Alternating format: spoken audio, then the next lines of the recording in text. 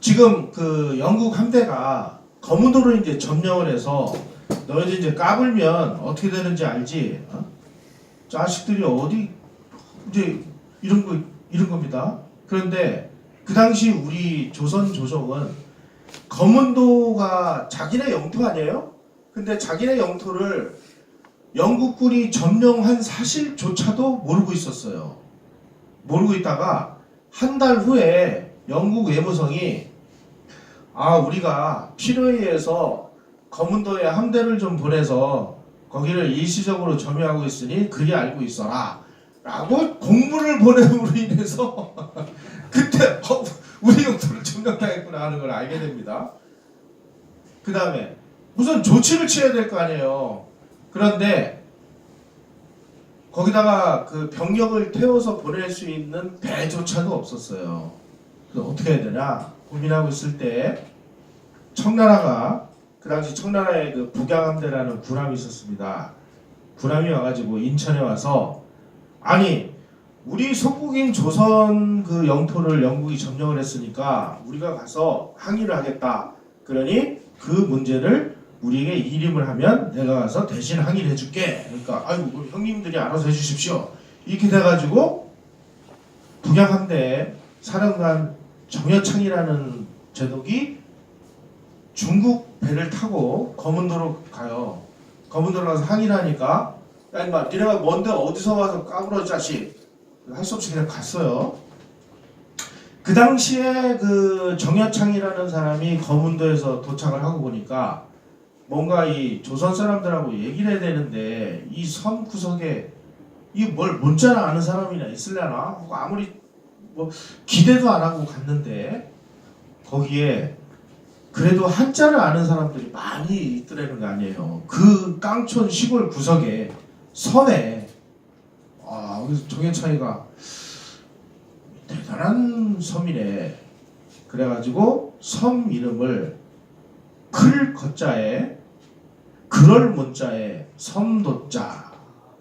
그래서 거문도가 된 겁니다. 그 이전까지 거문도는 거문도라는 이름이 아니고요. 그 섬이 세 개로 이루어져 있습니다. 세 개. 섬이 세 개. 그래서 삼도라고 불렸는데 정여창이라는 사람이 와서 한자를 사용하는 그 사람들이 여러 명 있는 걸 보고 거문도라는 이름을 쳐서 그게 오늘날 거문도가 됐다는 겁니다. 자, 이 정도 됐으면 정신 좀 차려야 될 거 아니에요. 그런데 이 고종이라는 임금이 뭘 어쩌다고 또 1886년 8월에 또 비밀리에 조선왕조가 청나라의 영향력에서 벗어날 수 있도록 러시아에 직접적인 부호를 해달라. 게다가 또 이렇게까지 고종이 러시아가 조선 해역의 함대를 파견해서 청나라의 압력을 제거해달라. 이렇게 또 비밀리에 그 러시아하고 접촉을 해요. 이게 이제 그 제2차 조로밀약입니다. 아까 조로 연합군을 만들려고 했던 게 이제 제1차 조로밀약이고 제2차 조로밀약은 1886년 8월에 있었습니다. 그런데 그 당시에 그 민씨 척족 세력, 그러니까 민비 집안이죠. 이 민씨 척족 세력의 핵심 거두였던 민영이가 가만히 보니까 이거 러시아를 끌어들였다가는 진짜 자칫 잘못하면 평지풍파가 일어날 것이라는 사실을 알아차립니다. 그래가지고 야 이러다가 이거 고종하고 민비가 나라를 다 거덜내겠구나. 겁이 나니까 이 민영이가 몰래 청나라에다가 지금 우리 고종과 민비가 몰래 러시아하고 또다시 이 짓을 하고 있습니다 하고 조련 밀약 사실을 몰래 다 그 정보를 제공을 합니다. 그래서 조련밀약이 또다시 파탄이 나요. 자, 이쯤 되면 이게 무슨 나라인가요 이게? 자, 이 모양이 되니까 그 당시에 이제 이게 원세계라는 친구들, 이거 말하자면 이제 그 벨렌도르프가 이 나쁜 짓을 많이 하니까 쫓아내고 직접 이제 그 청나라 사람을 보낸 거예요. 이제 뚜껑이 열린 겁니다. 그래서 원세계가 고종을 이제 폐위를 시켜버리자. 그래가지고 그 청국 황제 대리인인 그 원세계가 청국 정부에다가 이거 안 되겠습니다. 왕을 갈아치웁시다 하고 공문서를 보내요. 여기에 이렇게 돼 있습니다. 청나라는 조공국을 다스리는데 너무 인정을 베풀었습니다. 조선은 우리가 다른 나라들 때문에 어쩔 수 없이 그러는 것으로 알고 점차 방자해져서 우리를 신경 쓰지 않는 지경이 됐습니다. 러시아가 조선의 군대를 파견하지는 않을 것 같습니다.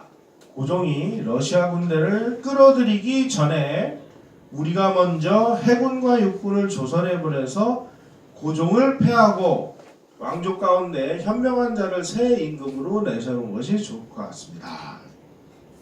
이제 폐위를 합시다. 그런데 청나라의 외교 책임자인 이용장이가 보니까 아니 이게 지금 전부 러시아하고 일을 꾸민 거 아니에요? 그리고 막 영국 함대는 지금 거문도를 점령하고 있잖아요. 이 와중에 청나라가 나서서 조선의 왕을 갈아치웠다가는 이 뭐 영국이나 러시아로부터 뭐 엄청난 압력이 제기될 게 불을 보듯 뻔하니까 야 폐위를 하지 말자. 그 대신 조선을 아예 식민지로 만들어 버리자. 원래 이 그러니까 책봉 조공 체계에 있어서 핵심은 뭐냐면 우리가 책봉 조공 관계를 맺는 조건으로 내치와 외교 관계는 그 나라가 알아서 하게 돼 있었습니다. 이게 원칙이에요. 그런데 자, 이 자식이 이 모양으로 지금 엉망으로 만들고 있으니까 아예 내치와 외정을 우리가 만든 조건으로 고종을 그냥 왕위에 앉혀놓자. 이렇게 이제 바뀝니다.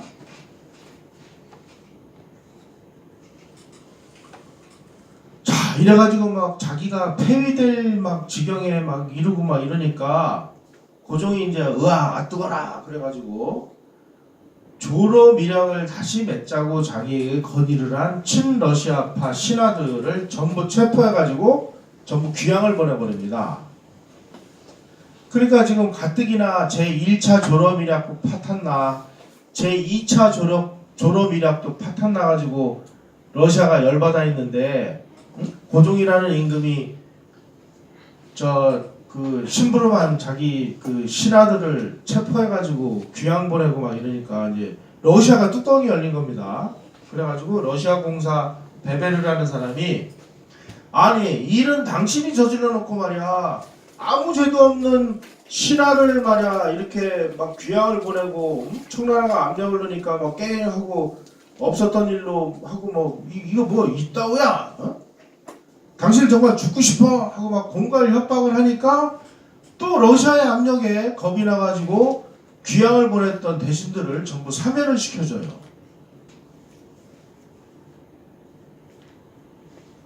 이게 고종이라는 인간의 리더십이에요.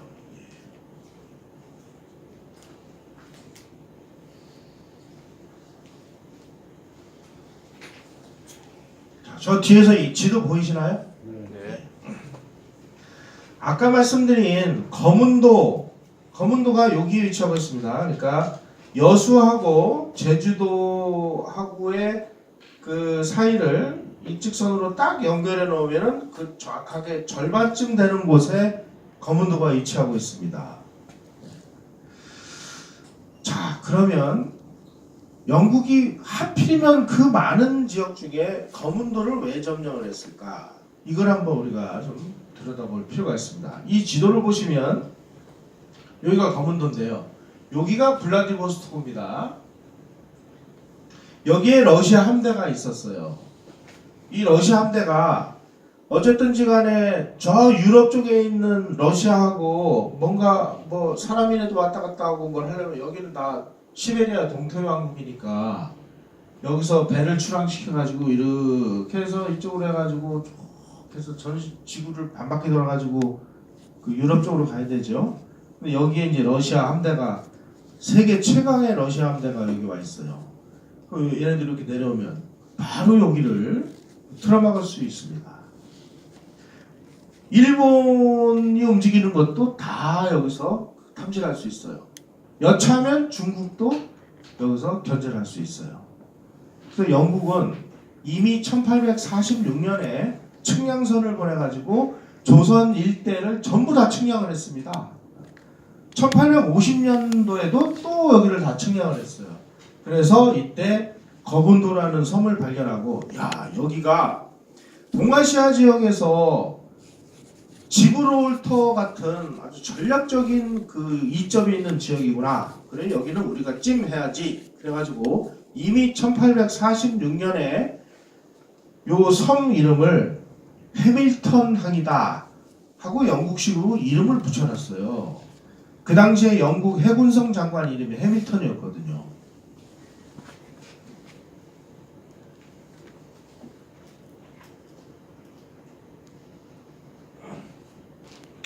간단치가 않죠. 구한말 우리 역사는 일거수일투족이 전부 이 세계의 역사하고 아주 톱니바퀴처럼 물리고 하는 관계였다는 것을 우리는 잊지 말아야 됩니다. 근데 우리는 그거 다 제하고 그런 건 알 필요도 없다고 이렇게 그 역사를 죽은 역사로 만들어 버리니까 전부 역사 머저리들이 된 거예요. 그러니까 여러분들은 이제 이 소위 말하는 그런 무지를 깨우치는 역할을 하셔야 되는 분들이기 때문에 이 지평을 넓히시면 엄청난 그 일들이 벌어집니다. 자, 이렇게 되니까 블라디보스토크라는 항구는 여차하면은 영국 끓여가지고 막 다 때려부실 수도 있는 상황이 된 겁니다.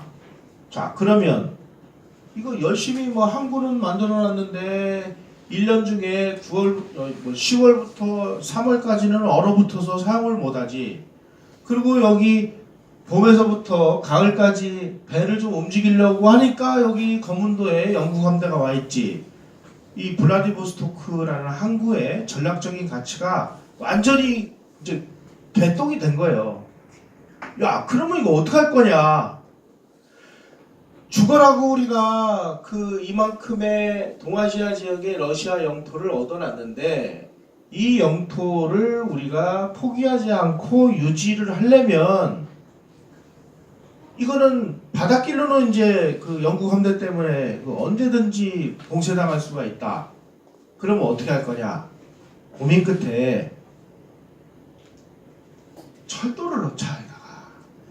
그래서 시베리아 횡단철도 건설 계획이 영국군이 거문도를 점령함으로 인해서 영국의 그 감시망을 피해서 여차하면은 모스크바 일대에 있는 군대를 기차에 태워가지고 잽싸게 이쪽으로 이동을 시켜서 이 지역 일대의 패권을 우리가 차지하자. 그러기 위해서는 시베리아 철도를 놔야 된다. 그 당시에 시베리아 철도를 넣는다는 게 말처럼 쉬운 건 아니잖아요. 블라디보스토크에서 모스크바까지 9,300km입니다. 돈은 35억 루블이라는 그야말로 막 천문학적인 돈이 들어가는 이 무지막지한 그 사건입니다. 하지만 철도 아니면 방법이 없는 상황이 됐습니다. 자, 요게 거문도라는 섬입니다. 여기 아까 말씀드린 대로 섬이 세 개로 되어 있어요. 동도, 서도, 여기 고도 이래가지고 이렇게 그 방파제 비슷하게 되어 있기 때문에요. 요 배들이 요 가운데로 쏙 들어오면 뭐 방파제를 안 싸도 아주 천연의 아주 요새 항구 기능을 할 수 있습니다. 자, 그건 그렇고 이제 영국이 거문도를 점령함으로 인해서 러시아는 동아시아 쪽 영토의 보존을 위해서는 어쩔 수 없이 시베리아 횡단철도가 필요하다. 따라서 1886년 봄에 그 당시 러시아 황제 알렉산드르 3세가 가능한 한 시베리아를 최단 거리로 횡단하는 철도를 부설하라 이렇게 이제 명령을 내립니다. 9,300km의 35억 루블이 드는 그런 계획이었습니다. 자, 이 시베리아 횡단철도라는 것은 그 당시에 글로벌 세계 패권을 쥐고 있었던 영국에 아주 거대한 충격을 가하는 엄청난 전략적인 환경 변화였습니다. 만약에 이게 이제 시베리아 횡단철도, 여기가 블라디보스톡이고요. 이렇게 해서 여기가 아바라프스크고, 여기가 이제 뭐 이르쿠츠크, 여기가 바이칼로스고, 쫙 가가지고 옴스크, 치타 해가지고 이 철도가 완성되는 날, 러시아는 지구촌 곳곳에 영국 해군이 길목을 지키고 있는 이 해상로가 아닌 영국의 감시망을 피해서 유럽 쪽에 있는 군대를 신속하게 동아시아 지역 쪽으로 실어날릴 수가 있고, 그 시베리아 횡단철도가 완성이 되면 저 러시아의 그 남진 오매불망 남진 정책에 의하면 분명히 러시아는 얼지 않는 항구를 위해서 그 시베리아 철도를 부산항까지 바로 연결시킬 것이다. 그러면 부산항에서 배만 타면 바로 일본인데, 일본은 러시아로부터 그야말로 침략에 지금 직면하게 됐다.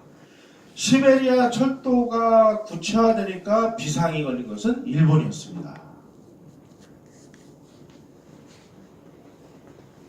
이 시베리아 철도라는 게 이렇게 그 당시 글로벌 패권 전략에 있어서 엄청난 충격을 가하는 사건이었습니다. 그런데 그 시베리아 철도는 뭐 때문에 일어났느냐? 영국군의 거문도 점령 때문에 일어난 거죠. 영국군은 왜 거문도를 점령했느냐? 고종이 제1차, 2차 조러밀약을 맺었기 때문에 일어난 거죠. 제1, 2차 조러밀약은 누가 했느냐? 멜렌드로프의 꼬임에 빠져서 그런 거죠. 결국 고종의 뻘짓이 나비 효과로 인해서 시베리아 횡단철도라는 것을 건설하게 만들었고, 시베리아 횡단철도를 건설하니까 누가 경악을 했느냐? 일본이 경악을 한 겁니다. 일본 군부가 뭐라고 얘기를 했느냐? 야, 지금 저 우크라이나 초원에서 풀 뜯어먹던 기병대들이 열차에 실려가지고 3주면은 흥룡강 물을 마실 수 있게 됐으니, 아니 얘네들이 이제 좀 있으면 부산으로 내려올 건데 이러면은 일본이 망하는 날이다. 어떻게 하면 좋으냐? 그야말로 그냥 고종의 뻘짓이 국제관계에 막 결정적인 그 영향을 지금 불러일으키기 시작을 하는 겁니다.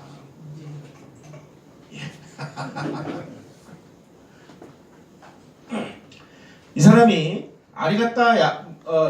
야마가타 아리토모라는 그 아주 유명한 그 칼잡이 대장입니다. 이 사람이 수상이 됐어요. 그래가지고 1889년 1월에 이때 이제 일본이 처음으로 의회를 그 개회한 날입니다. 그날 유명한 연설을 해요. 시베리아 철도가 완성이 되면 러시아는 부동항을 조선 땅에서 구하게 되는 것은 필연적인 수순이다. 따라서 철도 중봉일이 러시아가 조선 침략을 시작하는 날이고, 조선이 러시아의 수중에 넘어가면은 일본은 러시아로부터 안전할 수가 없다. 따라서 이를 위해서 우리는 군비를 증강해야 되는데, 어느 정도로 군비를 증강을 해야 되느냐? 요게 이제 그래서 등장한 게 주권선과 이익선 개념이라는 겁니다. 주권선은 뭐냐? 일본 영토다. 요 일본 영토를 지키는 것은 물론이고, 일본 영토를 안전하게 지키려면 이익선까지를 우리가 지킬 수 있는 무력을 보유해야 된다. 그 이익선이 어디냐? 조선이다. 이렇게 선언을 한 겁니다. 다시 말씀드리면 일본의 안전을 위해서 어떻게든지 조선을 자기네들의 영향권 안에 넣지 않으면 우리의 안보가 담보되지 않는다라는 뜻입니다. 자, 여기서 이제 굉장히 심각하고도 의미 있는 그 일본의 그 안보관이 여기서 나옵니다. 일본이 명치유신을 그 수행한 이래 일본의 국가지도부 사람들은 거의 뭐 여당이고 야당이고 뭐고 간에 다 똑같은 생각을 가지고 있었습니다. 조선이 일본에 적대하는 세력에 넘어가면 그러면은 이 조선 한반도는 일본을 겨냥한 창이나 비수가 된다. 따라서 일본이 한반도를 다 차지해서 위험의 근원을 아예 없애버리거나 그것이 힘이 붙여가지고 안 될 경우에는 한반도를 적당한 선에서 분단을 시켜서 적대 세력이 다 차지하는 것을 막는 것이 일본의 최고의 국가 전략이다. 이러기 위해서는 지금 조선이 중국의 속국이 되어 있는데 중국의 영향력으로부터 조선을 떼어놓고 그리고 러시아가 조선을 먹지 못하도록 막는 것이 일본의 최고의 국가 전략입니다.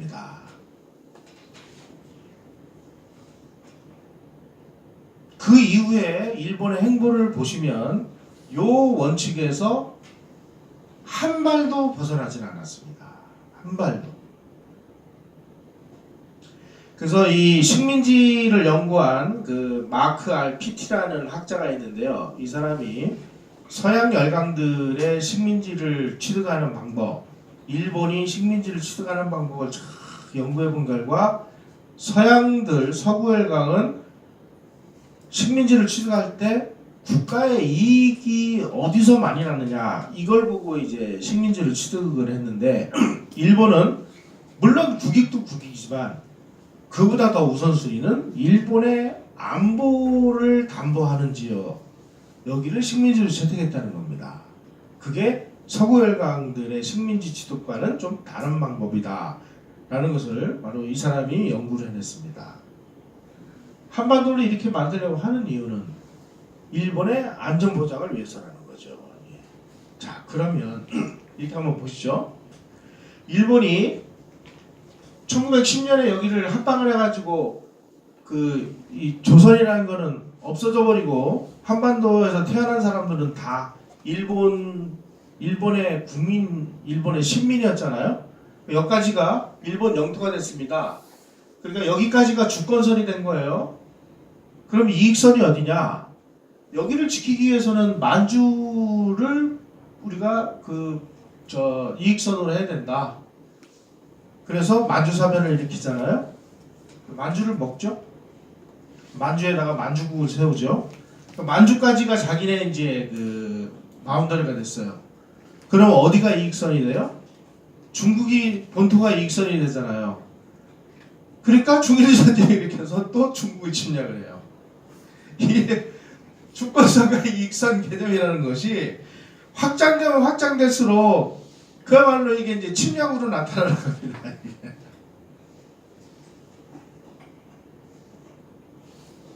자, 이래가지고 이제 국제정세가 시베리아 횡단철도 때문에 뭐 그야말로 초긴장 상태인 와중에 1891년 5월에 바로 5월 31일 날 그 시베리아 횡단철도 기공식이 블라디보스토크에서 열리게 돼 있었습니다. 그래서 여기를 가기 전에 요게 이제 니콜라이라는 사람인데 이게 제비 후계자, 나중에 이 사람이 황제가 됩니다. 일본을 방문해가지고 오스시라는 곳을 방문하던 중에 그 경원 중에 한 명이었던 이 일본 순사가 칼로 이 니콜라이를 살해하려고 공격을 했는데 다행히 이제 죽지는 않고 머리에 비껴 맞아가지고 뭐 피가 나고 하는 사건이 벌어졌습니다. 이제 니콜라이가 이 새끼들 말이야, 너희들 시베리아 철도 다 완성되는 날 보자. 너희들 이제 죽었어. 근데 그렇게 아주 뭐 일본에 대한 씻을 수 없는 적개심을 가지고 머리에 붕대를 맨 채 블라디보스토크로 가서 횡단철도 기공식을 시작합니다. 자, 이렇게 되면 만약에 러시아가 시베리아 철도를 완성을 해가지고 군대를 막 미친 듯이 실어 날릴 상황이 되면 이건 뭐 러시아군은 피할 수 없는 상황이 됐는데, 그러기 전에 먼저 우리가 조선을 청나라의 그 영향력으로부터 떼어놓고, 아까 요 내용입니다. 예. 러시아가 조선을 먹지 못하도록 청일전쟁을 일으키자. 그래서 청일전쟁이 일어납니다. 그리고 이제 청나라하고 이제 전쟁을 어떻게 하면 일으킬까 하고 막 노심초사하는 와중에 1894년에 조선에서 동학농민이 뭐 이제 그 봉기를 합니다.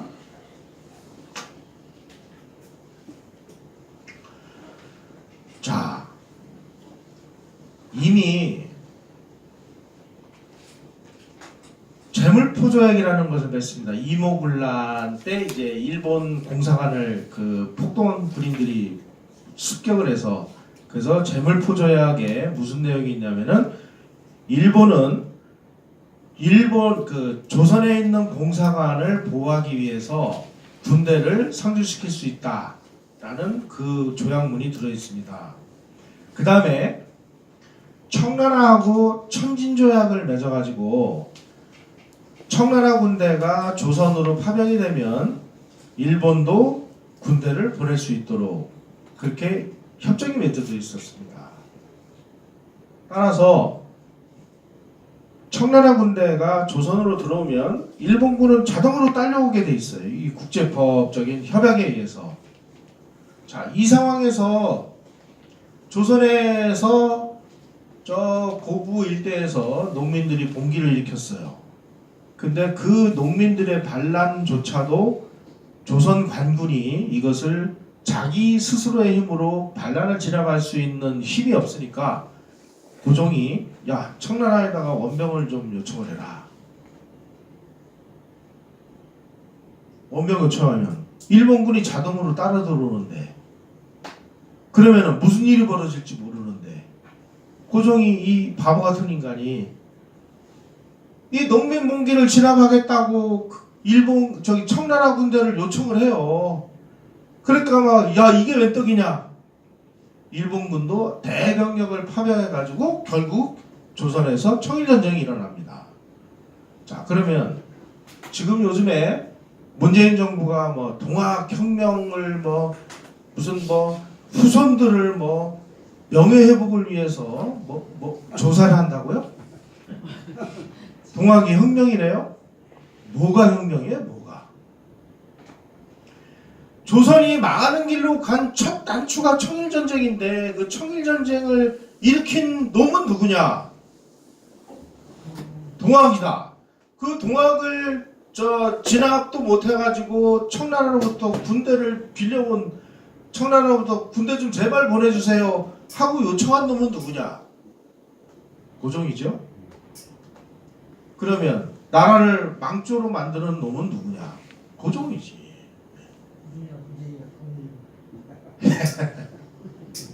아니 그런데 이게 혁명이래요. 그러니까 도대체 뭘 어쩌려고 지금 이 짓들을 한 건지. 바로 역사 지도사를 지향하는 여러분들이 이런 거를 바로잡아 주셔야 돼. 이제 현장에 나가셔서.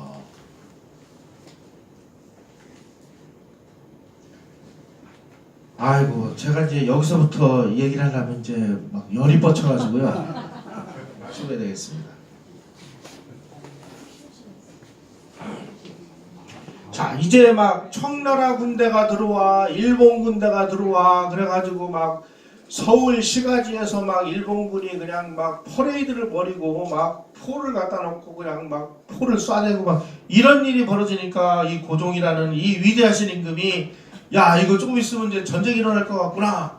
그러니까 미국 대사를 불러가지고, 아유, 그 당시 미국 공사가 실이라는 사람들, 실공사. 이거 좀 있으면 이제 청일전쟁이 일어날 것 같은데 혹시라도 전쟁이 일어나면 나와 내 가족을 좀 피신시켜 주시오. 미관 파천을 요청을 해요. 그러니까 이 실공사가 참 어이가 없는 거죠. 이게 정말 이게 국왕 맞아? 그러면 저는 미국 공사관으로 도망가면 이 나라는 어쩌란 말이에요. 나라는. 그 실공사가 점잖게 외교적인 영어로 이렇게 얘기합니다. 절대적으로 긴급한 경우가 아니면 국왕의 거주지는 바꾸는 것은 옳지 않다. 여러분 아관 파천 얘기는 들어보셨죠? 아관 파천이 일어나기 1896년에 아관 파천이 일어났어요. 1894년 2년 전에 이미 고종은 여차하면 미국 공사관으로 토끼려고 준비를 한 거예요. 제가 이게 참 하도 어이가 없어가지고 자료를 계속 검색을 해보니까요. 이때가 처음이 아니더라고요. 1882년에 90군인들이 월급 안 준다고 폭동 일으켰죠. 그 이모군란입니다. 이모군란 때 군인들이 국왕에 살고 있는 창덕궁을 쳐들어가가지고 창덕궁을 샅샅이 뒤져가지고 민비가 이 짓을 벌였으니까 민비 인연 잡아 죽이겠다고 막 이렇게 있는데 민비가 몰래 탈출해가지고 장원으로 도망가죠. 그때 이제 고종이 한번 졸경을 치른 다음에 이모군란이 평정된 다음에 일본 공사를 불러가지고 일본 공사 혹시라도 말이야 우리가 이모군란 같은 이런 일이 벌어지면 우리가 일본 공사관으로 좀 가서 우리를 좀 보호할 수 있게 도와줄 수 있겠어? 그랬더니 일본 공사는 아이고 폐하 뭐 언제든지 환영입니다. 뭐 이런 기록이 나와요. 일관 파천을 하려고 그랬어요. 근데 이때 미관 파천을 하려고 했는데 실공사가 거절을 하죠. 아니 저야 여기 미국 공사관으로 도망가서 저는 안전하다 쳐요. 그럼 백성은 어떻게 할 거며 나라는 어쩌겠다는 거예요. 나라는. 아이고. 네. 자, 그래서 청일전쟁이 일어나가지고 청일전쟁은 하여간 일어난 전투마다 일본이 아주 그냥 원사이드하게 얘기했습니다. 1894년 7월 25일 날 지금 인천 대부도 앞에 풍도라고 있습니다. 거기서 이제 풍도 해전이 벌어져서 일본이 압도적으로 승리를 거뒀습니다.